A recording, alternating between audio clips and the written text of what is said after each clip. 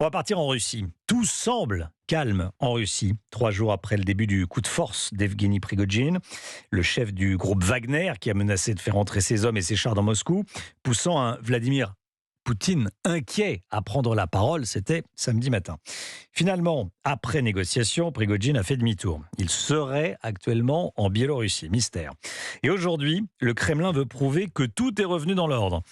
Le régime antiterroriste est levé dans la capitale, on l'a appris ce matin.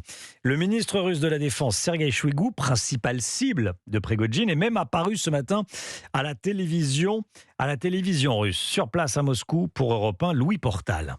Les voitures de police stationnées sur les principaux axes de la capitale ont repris leur patrouille. Les barrages filtrants à l'entrée et à la sortie de Moscou ont été supprimés. Cette levée du régime antiterroriste, entrée en vigueur samedi, est certainement la dernière étape d'un retour à la normale après les événements de ce week-end et la preuve que le Kremlin est en train de tourner la page Prigojine. L'absence de menaces pour la vie, la santé et les biens immobiliers de la population justifie cette décision pour les autorités.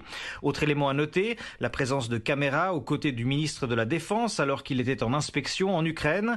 Des plans le montrent en train d'examiner des cartes et de discuter avec des soldats. Cette apparition dans les journaux télévisés du matin de Sergueï Shoigu, pris à partie, détesté et insulté depuis des mois par Evgeny Prigojine, c'est une façon de montrer au public qu'il conserve la confiance totale du président et qu'Evgeny Prigojine, lui, est passé par pertes et profits en Biélorussie ou ailleurs. Le parquet général a encore signalé que l'oligarque était toujours visé par une enquête pour rébellion armée, mais qu'il n'avait pas été interpellé.